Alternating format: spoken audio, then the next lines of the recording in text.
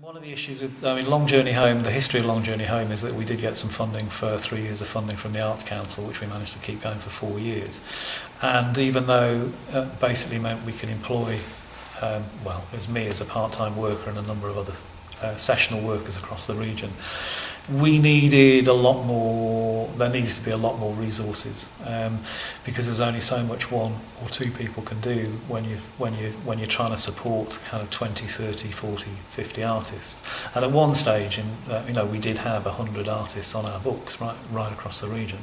So even at that time, even though it was great getting the grant, it was good, we needed kind of far more support. The organisation needed far more support in terms of helping the workers and the people who were trying to support Artists in Exile. So now that's gone. You've got Platformer in place now. They've managed to get some money. The problems with that is it's fantastic. They're offering a lot of opportunities for artists, most certainly over the next 12 months.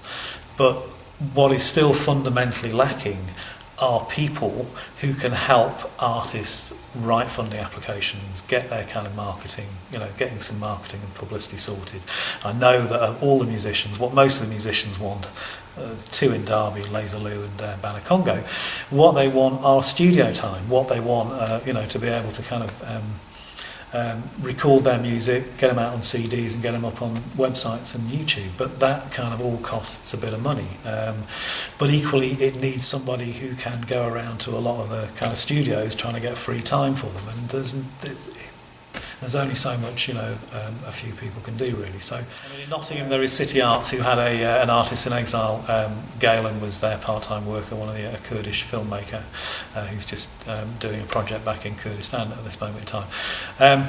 And which was great. So there was a lot of support there. City Arts have also supported MENA. So there are kind of organisations who will support one or two artists. But generally speaking, they just need, like for example, musicians. What they need, they probably need a manager. Do you know what I mean? And they need a manager. They need somebody who can get them gigs. Artists, they kind of need an agent really to help them get their work out into mainstream kind of galleries. And that's kind of a lot of intense, filmmakers, I have to admit, filmmakers. In terms of the Arts Council, what you've got in the Arts Council, they will support kind of visual artists, ceramicists, all the kind of sculptures, they'll support. A lot of the art forms, writers, and all that. But filmmakers, incredibly difficult getting money for film projects. So trying to find, and that's actually quite a complicated process in order for filmmakers to try and access the money in the first place. Generally speaking, film will only provide 50% of the cost. You've got to find another 50% of the cost. There are no organisations out there that you can find those. It's very difficult. You really do need to be in the know. You need to.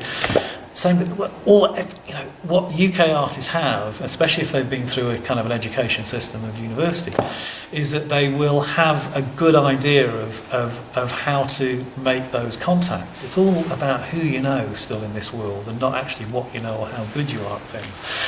And that's one of the issues with refugee artists and Artists in Exile, is they haven't got those contacts. They can't just walk into the New Art Exchange and have it, because they don't feel confident about doing it, to talk to Skinder or one of the programmers, similarly at Quad.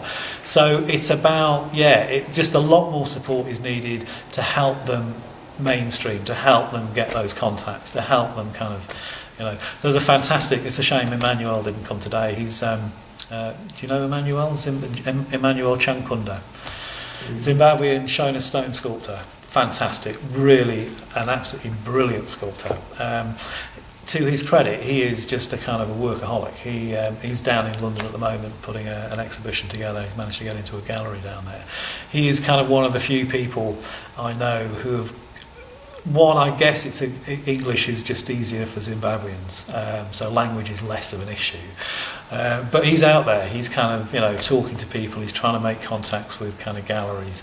He's pushing himself. But generally speaking, not a lot of artists have got that kind of confidence and self-belief, I think. Even though they may well have had that confidence and self-belief back in their own countries. It's a different ball game here altogether, and especially if you're worried about whether you're going to get your status or whether you're going to get deported back, and it just destroys lives, doesn't it, as we know. So it's difficult. It's a tricky one for a lot of people, but more support is generally needed, just more support for individuals, really. So yeah.